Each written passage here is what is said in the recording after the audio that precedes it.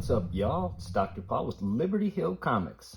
The channel is where I share my passion and over 40 years of experience comic book collecting, investing, and conservation with you. This is episode 7 for this copy of America's Best Comics number 12 from January 1945, the golden age of comic books. And today we're going to review the results of our second wash on this cover and some glue removal that I did off camera, because it was essentially the same as the glue removal I did in episodes 5 and 6. And then I'll move on to putting this cover back together with Japanese tengujo paper and wheat paste. Thank you for joining me today. I appreciate all of the viewers, but especially those that take time to like, subscribe, and comment on the video. By way of summary for this project, we're using my 9-step comic book conservation process on this Golden Age comic book conservation project. After step 1, which is preparation and assessment, we determined this book only needed 6 of the 9 steps. We did a complete assessment of the work to be done on the comic and documented the current state in episode 1. We did very light dry cleaning in episode 2. We disassembled the comic and did a calcium hydroxide bath in episodes 3 and 4, and in episode 3, during the disassembly, we discovered the glue between the cover and first wrap and updated our conservation plan to add glue removal. We performed the glue removal in episodes 5 and 6, which brings us to today's episode, in which we'll review the results and move on to physical stabilization. You can view any of those previous episodes in the list, and I'll put a link here. Future episodes will cover chemical and physical stabilization for the interior wraps, and then final reassembly and pressing, and we'll wrap up with documentation of our process and some before and after pics. In episode 3, I did an aqueous deacidification wash using the recommendation of Margaret Hayes from her 1979 paper, to which I added 0.5% by volume Triton X100 as a mild, non-ionic surfactant. This worked so well that the wash effluent that came off the book was really quite dark. So in episode 4, I decided to do a second wash with the same solution. The wash effluent was much less dark, although it was tinged yellow, so I'm sure we removed more accumulated dirt from the paper with the second wash. Here are the results: the before picture and the after pictures from the first and second wash. As you can see, not a lot of difference in the results between the first and second washes. Recall that the main purpose of the calcium hydroxide bath we're using is to deacidify the page, although it does have a very mild bleaching action. And of course, the aqueous solution has a washing effect, especially when we add the Triton X100. I could whiten this cover more with some stronger bleaching agents, but it's a pleasant off-white nearly everywhere, with even the darkest spots being lighter than the tan on my owl card. So I'm happy with this color, and don't think the risk-reward of either harsher bleaching agents or another wash is worthwhile. This book has so many other problems that trying to stretch for white pages is not going to net us much and could very well cause additional damage to the paper. Also, we're going to use the calcium hydroxide to wet our page during mending, so it will still get just a bit more exposure, which may lighten the pages a bit more. So I think we're done here with the deacidification and washing steps. I also found some glue on the inside of this cover, and I removed it with the same materials and methods I demonstrated in episode 6. Here are the before and after pictures of the reverse, where the glue was, and the obverse, where I took pictures to make sure I didn't get noticeable either running or fading of the inks. I think I lost a little bit of the paper under the glue, but it was worth it to get rid of the glue, which may have netted us a purple label from CGC, because they consider the use of polyvinyl acetate glue, even archival grade, as restoration, not conservation. The obverse inks stayed pretty much unchanged, as you can see from the before and after pictures. With those 2 tasks out of the way, we're ready to move on to physical stabilization. To prepare, I've already completed a few tasks. I've made up some aqueous solution to wet the page. I'm using 25% saturated calcium hydroxide solution that you've seen me make many times in the past. This time, no Triton X100, because this is going to be my final wash, and I don't want to leave any surfactant in the paper. We're going to be purposefully leaving calcium hydroxide in the paper because it's going to leave behind an alkaline reserve. The The calcium in solution will react with carbon dioxide in the air and become deposited in the paper as calcium carbonate, which will buffer our paper and protect it from future acidic breakdown. I've also made up some wheat paste per the manufacturer's instructions. I use this wheat paste sold specifically as archival wheat paste by Line Co. And I've prepared some strips of tengujo paper that'll line up perfectly with the areas we need to mend. Remember, we never cut tengujo paper for mending because we don't want straight lines that your eye would be drawn to, and also because we want all the extra surface area of the frayed edge to give us a good, strong bond. I've put my cover on some Polytex, which is non-woven polyester with a highly colandered surface, so our wheat paste will not stick to it. I did an episode earlier comparing different sources of non-woven polyester and when to use the good stuff, which is what we're doing today with Polytex, and when you can use less expensive alternatives. I've aligned the two halves of the cover as well as a few small pieces that were loose. Now it's time to wet this page, ensure everything stays aligned, place all of the small paper fragments we recovered from the first wrap during episode 5, and apply our tengujo paper and mending paste.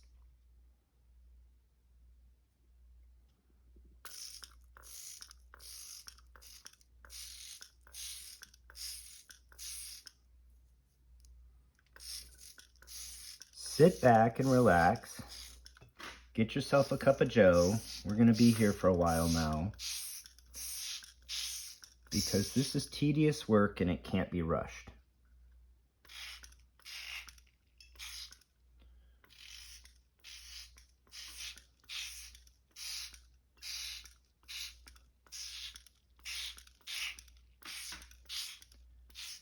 You can see that the paper is wetting really quite well. Sometimes covers especially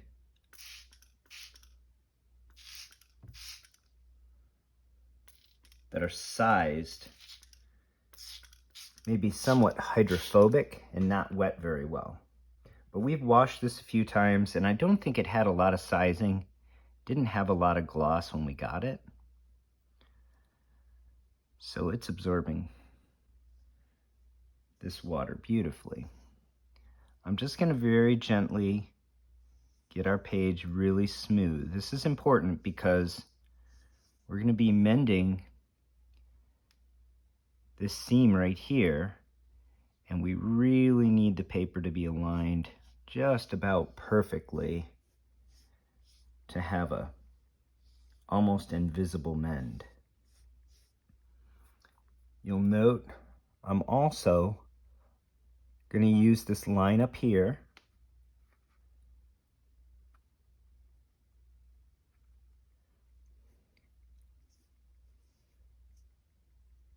to try to get really good alignment of the pages.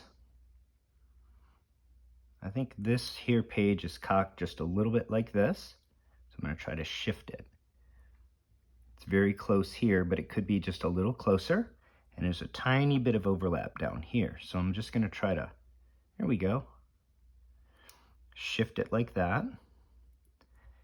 And I can do that a few more times and try to get really good alignment.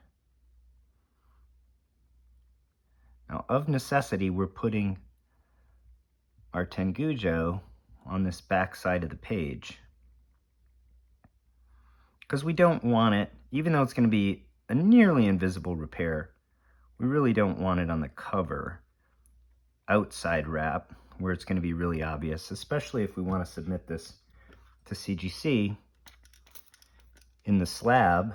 If we have our tengujo paper repair on the inside, it's going to be essentially invisible. If we have it on the outside, it'll be a little bit obvious in the slab.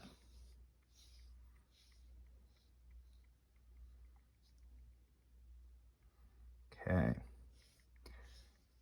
Now I think we have a pretty flat page here. We have good saturation of the paper, except for this one spot, Just see me dabbing a few times. We can tell the paper's saturated because not only did it get dark, but we've also got some transparency now to the paper, right? We can see some of the inks from the other side. That's one of the other things I like to see. Occasionally it helps you line things up.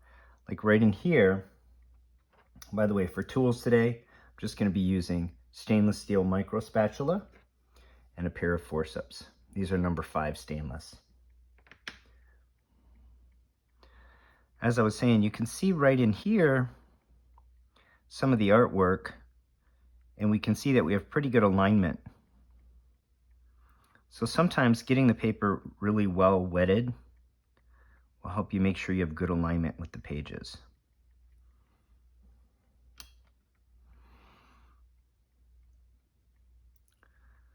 I'm just gonna try to get them a little bit tighter here.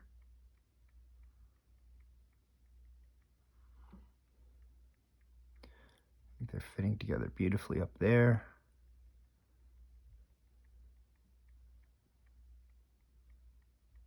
Right, so I like where these are sitting now. Now it's time to put our few fragments in that we need to place. This is just a fragment that came loose at some point, and I took note of where it came from. So it's going to go right here.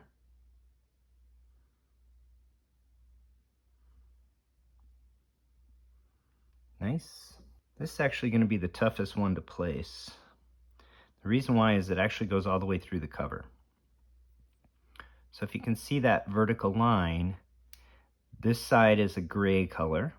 That's the art on the cover, which is sitting right here, because this is the inside of the front cover. So we know this needs to be on this side. I happen to know that it goes right here, and I want to try to line this line up. I know that that's a vertical line, so I want to have a vertical line. That may not line up perfectly, but if it doesn't, we will be able to repair that from the front if we need to.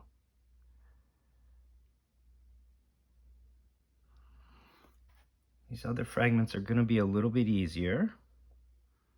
That one goes right there. This one goes right here. This one goes right here. These are the fragments that we recovered when we did the glue removal. And the reason I've set them next to where they're going to go is because I want to get some wheat paste in between them. So I'm going to go warm up my wheat paste, and then I'll come back, apply wheat paste in these areas, then apply these pieces, then we'll do our tengujo and wheat paste over that. So I'll be right back. All right, I've got some freshly warmed up wheat paste.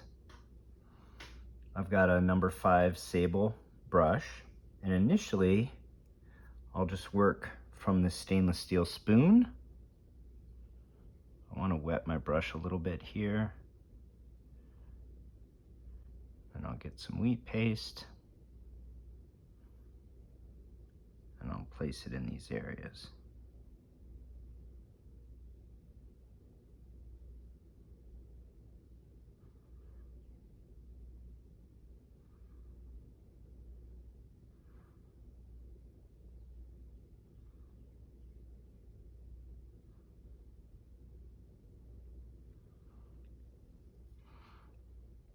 Now I can place these pieces.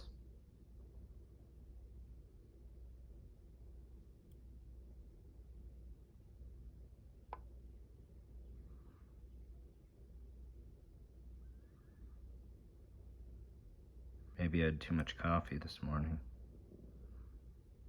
A little bit jittery.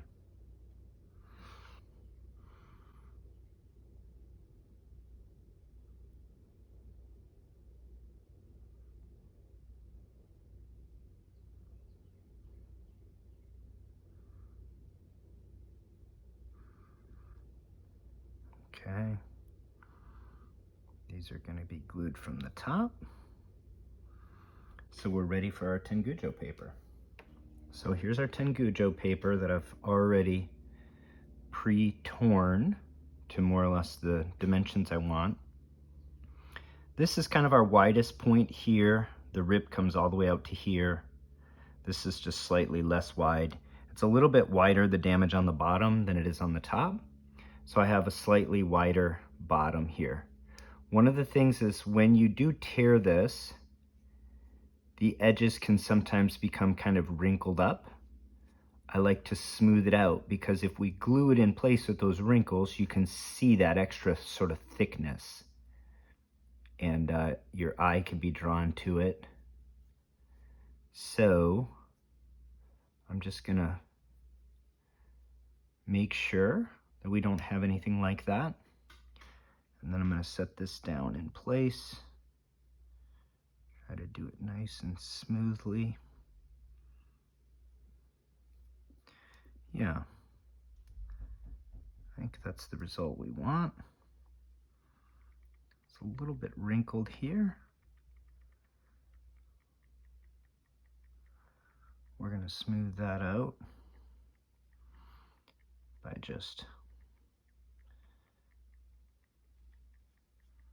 pulling it in the direction we want. Very good. So here, with it wet, it's essentially invisible. And we're going to apply our wheat paste. When it dries, it's going to be essentially invisible again. And one thing we didn't talk about that I usually mention, when you're doing work like this, ergonomics important. Make sure you have both feet flat on the ground, you have good posture. I use a magnification ring here, light source. I'm going to actually move that now because I don't need magnification for this, but I do need some good incident light so that I can see the edges of the tengujo. So I've moved my light source over here to give me that good incident light. And in so doing, I noticed I do have a little ripple in the paper here. I'm going to get rid of that right now by just moving it on out to the edge. I've got a little ripple over here too, and I'll get rid of that one.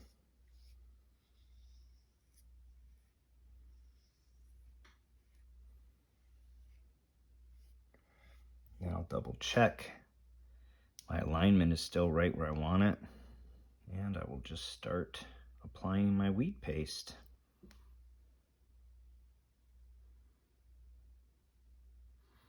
Always start it in the middle and brush it out. So want to get those edges of the tengujo paper. And I want to pull them flush this direction. I don't want to brush back and wad those frayed edges up. This is why we always start in the middle and brush out. Notice I have a paste is kind of like a gel. Right now it's a little bit opaque. It's going to dry nearly transparent. It'll look like a little bit of a milky film, but almost transparent.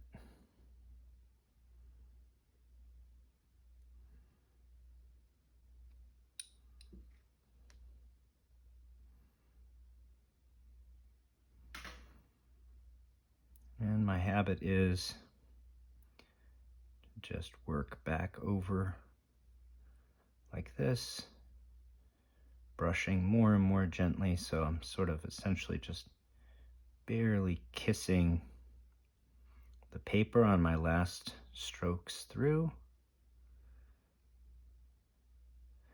And I will work one side from top all the way to bottom as I'm doing now. Then I will come back and work the other side.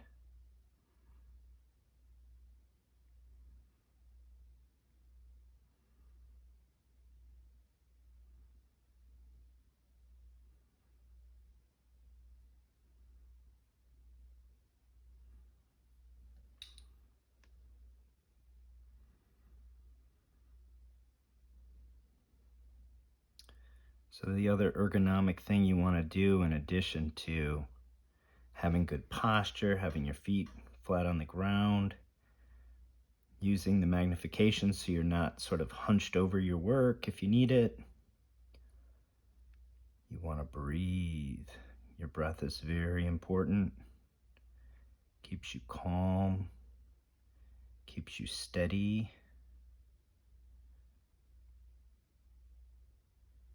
Keeps your work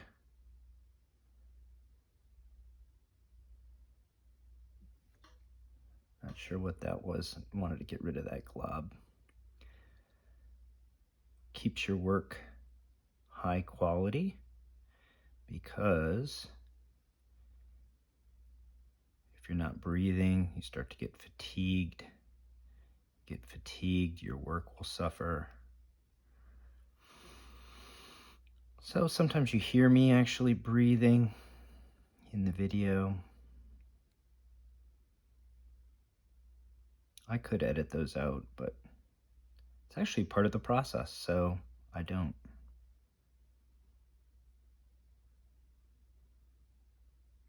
Anytime you do this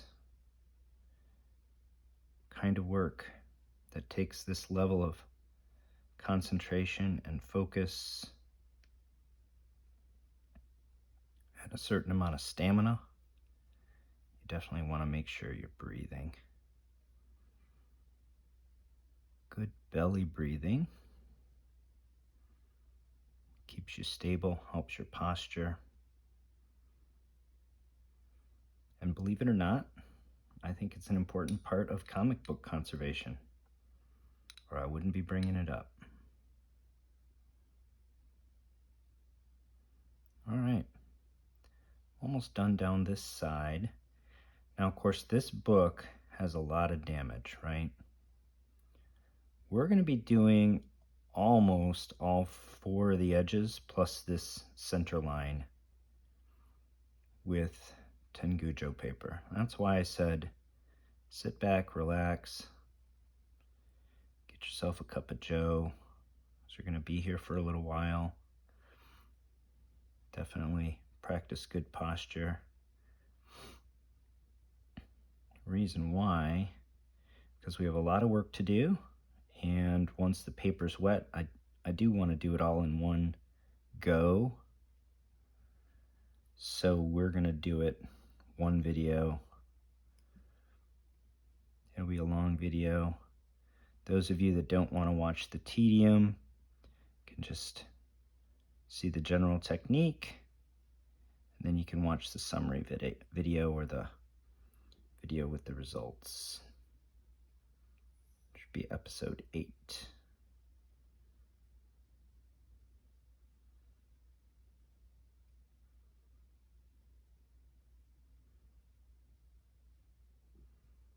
Okay, hopefully my arm isn't too much in the way here as we work our way back up. But speaking of ergonomics, it's kind of the best way for me to work since I'm right-handed. I want to just work right back up this page.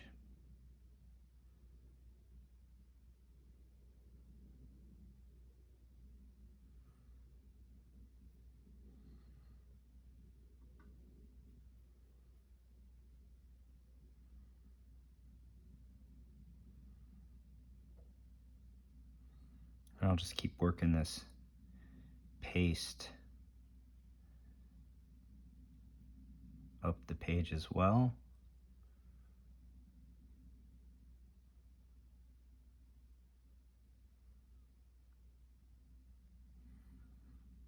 We talked about it before, but you might be tempted to do this job with the cover dry.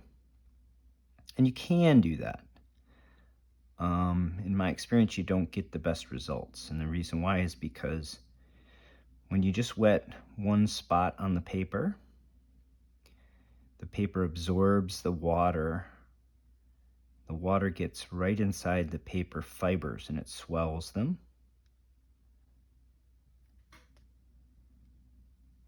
and you get dimensional movement. You get one part of the paper swelling and another part not. Then when that dries, it'll actually lock in that movement, and you'll get ripples or other defects in terms of the paper where it's not nice and smooth, it's not nice and flat. And those defects generally either can't be pressed out or are very difficult to press out. And we don't want to have to deal with that. So, as a general rule, if I have this big of a job to do with mending, frankly, even with smaller jobs, if I'm going to deacidify the paper anyway, I'll do a wash and I'll do the mending as part of a final step of the wash, like we're doing now.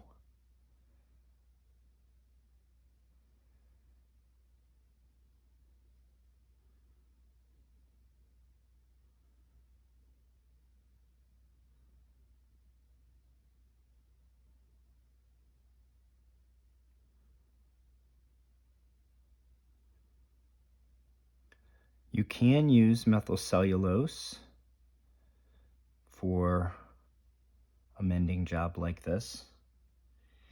And as a matter of fact, it is slightly more inert. So a lot of conservationists will tell you it is the preferred adhesive for mending. However, it does not bind quite as tightly as the wheat paste does. So for that reason, when I really need strength in the bond, I will go to wheat paste. And because this is the spine, because the paper is so weak, and because this paper is going to have to be folded to be reassembled, for the comic book to be reassembled down the road, I really want all the strength that wheat paste will give me. So that's why we're using wheat paste today. Methylcellulose is a fine material to use as an adhesive, and if somebody chose to do this with methylcellulose, I wouldn't say they were technically wrong. It's just my preference to use wheat paste on the spine. So along this edge, we need another pretty thick piece of tengujo. I'm just making sure that this paper doesn't have any part that's rolled under.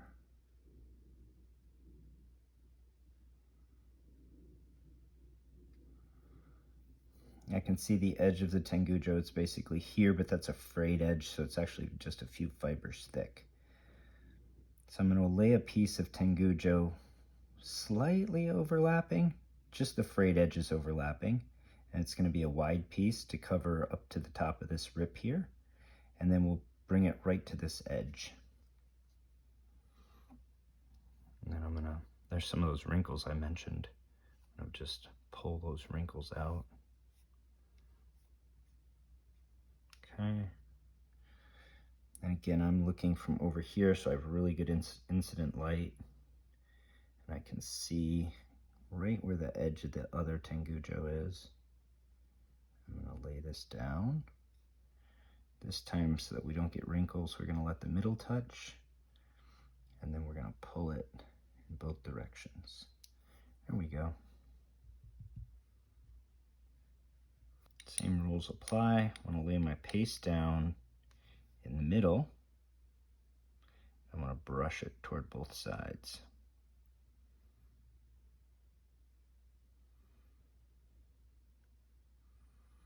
It's a little bit tricky over here since we have overlapping, but we should have our new tengujo should be on top of the old. Not the old, but the first piece I put down.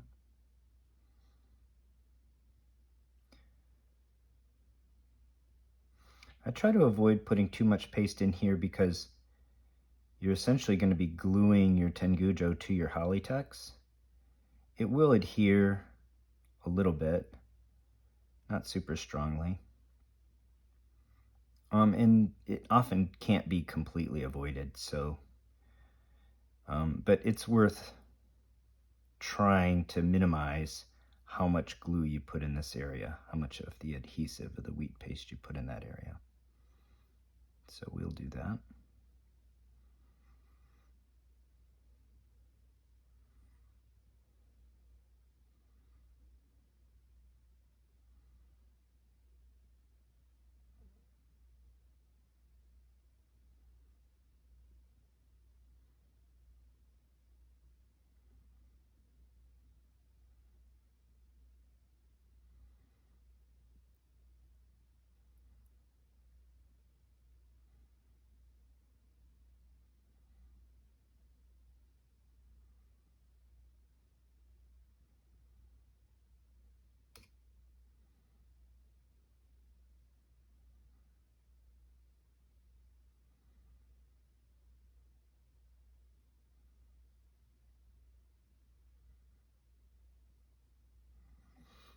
Okay, I think I got a lot of paste down.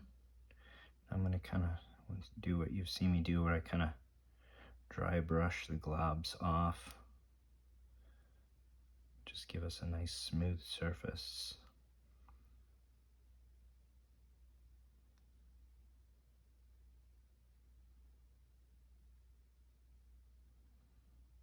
Barely touching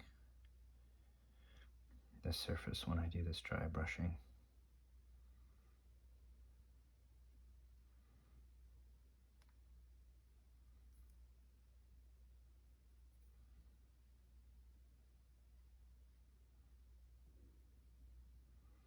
And again, I'm doing it from the center out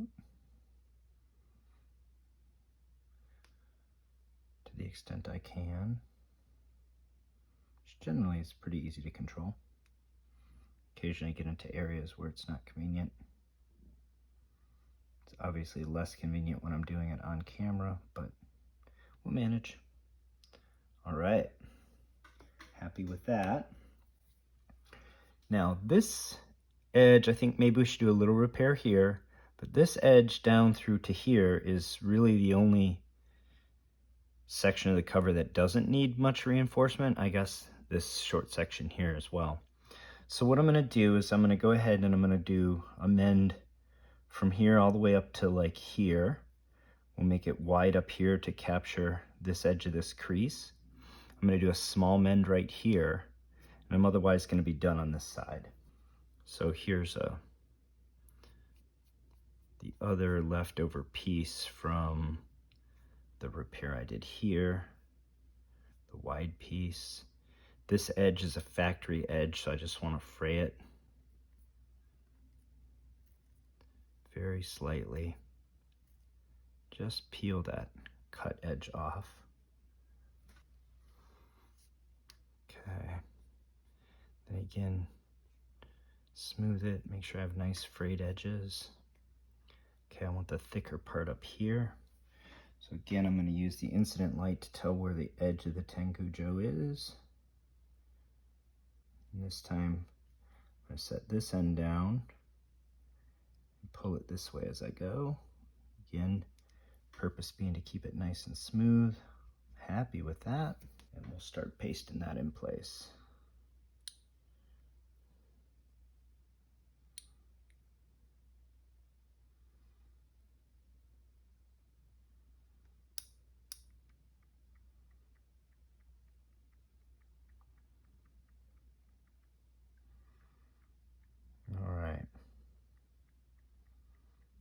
Again, this is a lot of work to show in one video, but work sort of has to be done in one go, and while I suppose I could just say goodbye here and do a part 2, thematically it all kind of goes together, and so I'm just going to leave this as one long video. Those of you that don't want to watch this, you're going to basically just see more of the same, so you can skip ahead to the next video or Go back and watch some of my back catalog,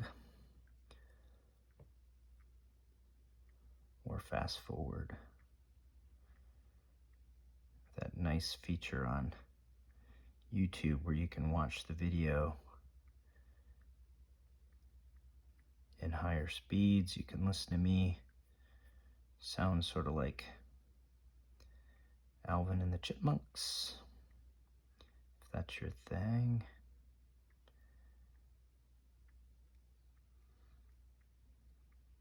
Boy, I'm excited about this book. This is such a cool book with that Schomburg cover.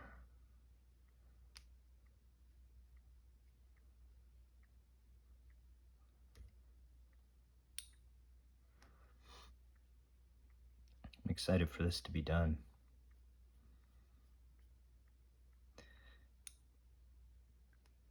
I do generally like to enjoy raw books, but this is such a rare book. And I think I checked, I don't believe there were any examples in the census that were conserved. I want to say there were 16 in the census, maybe a universal, and maybe there was one restored, I want to say. Okay, so we're going to cut just a little piece up here, and by cut, I mean tear. So I think what I'm going to do, now this is a factory edge again, but it's going to be off the paper, so I don't care. I'm going to go ahead and reinforce this like this, down that crease, to give me sort of like max strengthening. Just like that. Again, we had a little tear there, and I just don't want it to get any worse. This is probably more mending than this is more Japanese paper than I really need for something this small. But this crease is pretty severe, and it's already ripped from here to here. It's ripped a little bit here. I want to really make sure that it's not going to continue. And again, since this is on the inside, it's not really going to be seen. It's going to be nearly transparent even if you look from the inside. It's not going to be seen at all from the outside. So I could have even gone ahead and mended this whole crease. I don't think that would be crazy to do. But I also don't think it's quite necessary. We're going to have the strengthening up through here and the strengthening across here. So this is sort of a good compromise where I'm putting a larger than really necessary piece of Japanese paper up here.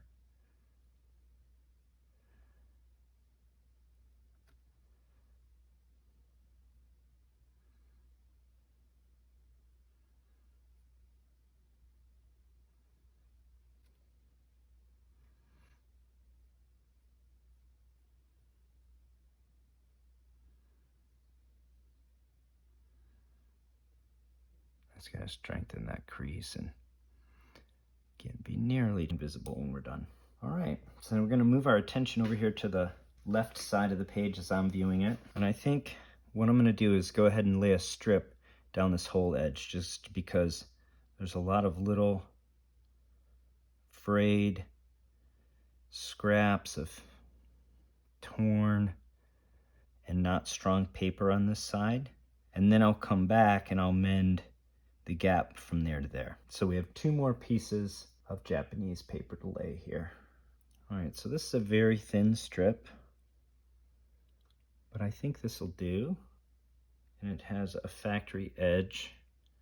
I'm going to align that with the edge of our paper, and it's essentially going to be cut off, and so I don't need to fray it.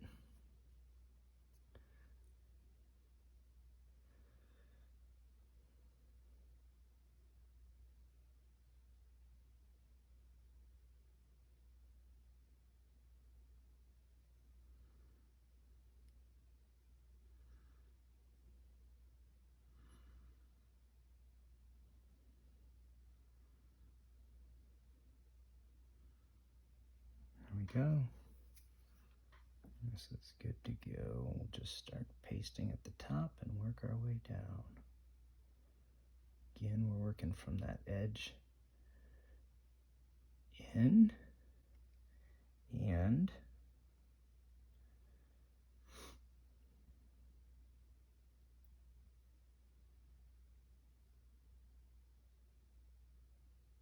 I'm trying not to put too much glue past the edge of the page, because when I do that, I'm effectively just gluing the tengujo to the holly text. And while we can recover from that, it doesn't stick too terribly strongly.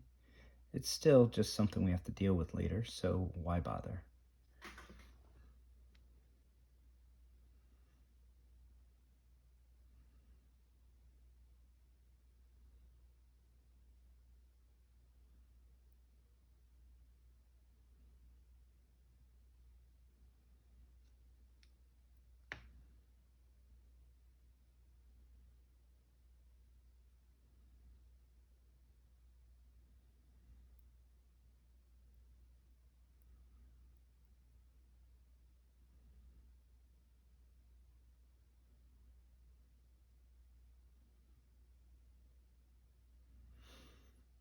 All right.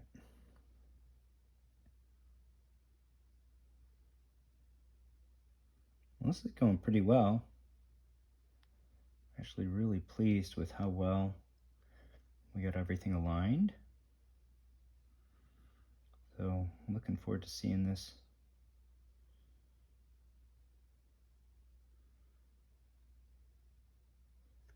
page here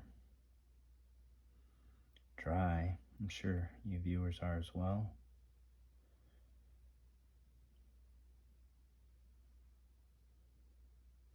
I think next episode I will do a representative page of the interior.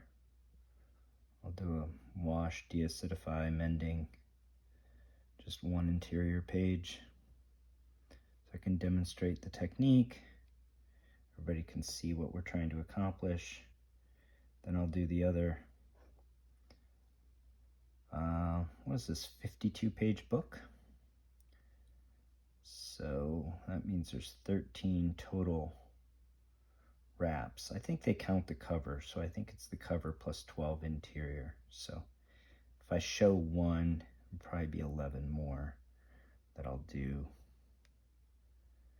off camera.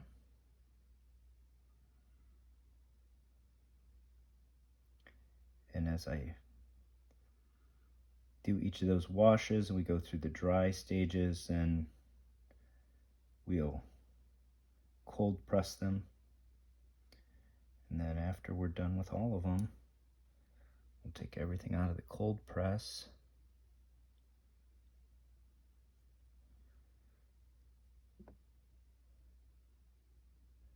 It'll be time to start reassembling this book.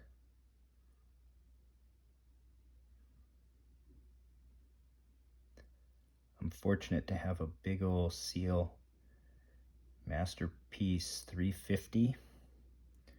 It's a giant monster of a press. Takes up 1/3 of my studio here. And that is the perfect place to put my pages for cold press, because I can lay them out open like this, which is larger than most presses that most people use for modern comics these days can accommodate. This book is not especially wide. The Golden Age books are larger than modern books, but the really early Golden Age books from the late 30s through the early 40s are even quite a bit wider than this. This book isn't too extreme because it is from the war period. The books got a little bit smaller during the war period. Of course, paper was in short supply, It was a campaign for Americans to conserve paper and also to reuse it, recycle it. I recently reviewed an issue of Superman from 1945 that had a public service announcement that read, "Paper is still a weapon of war." So there was some propaganda going on. I don't know, I know that word has some negative connotation. I don't necessarily mean it that way. I don't know how well today's Americans would participate in cutting back and turning paper over to the war effort. Today's culture is so much more consumer driven than I think we were as a country in 1945. All right, so I have tengujo from here to here I need. So that's 1, 2, 3, 4, 5.5 inches here. And I do not need a thick piece. So I'm gonna give myself just a little bit of overlap on the frayed edges. Here we go. Again, this is just to strengthen this edge here. I think I don't want too much overlap, so I'm gonna take just a little bit more of this off here. And I think that's good. Beautiful. And once we get this glued down, we will be ready to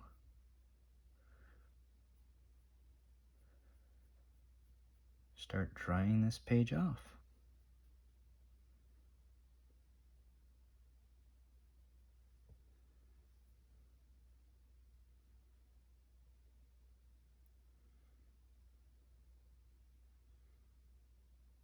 And we will call an end to this episode. If you're still with me at this point, I certainly appreciate your patience. I hope you're enjoying the video. I think right there I actually pulled wide enough that I pulled against the tengujo up here, so I want to just make sure I have that nice and flat. Again, always with the edge. I don't want to go back against the edge.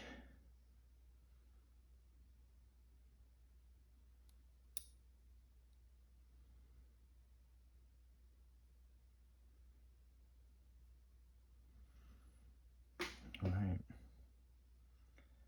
Well, I think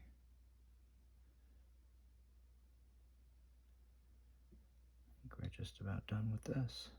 Okay, you can hang out with me for just a couple more minutes. We will be done. All right, it's time to start getting this page dried. So first, I'm gonna drop a piece of Hollytex over it. Try to work some of those wrinkles out.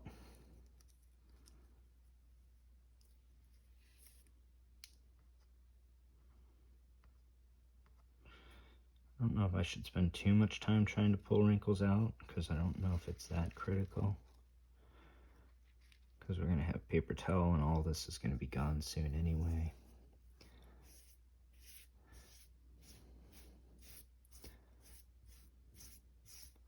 But as I've mentioned a few times before, those of you that have been here a while know I'm a little bit obsessive compulsive.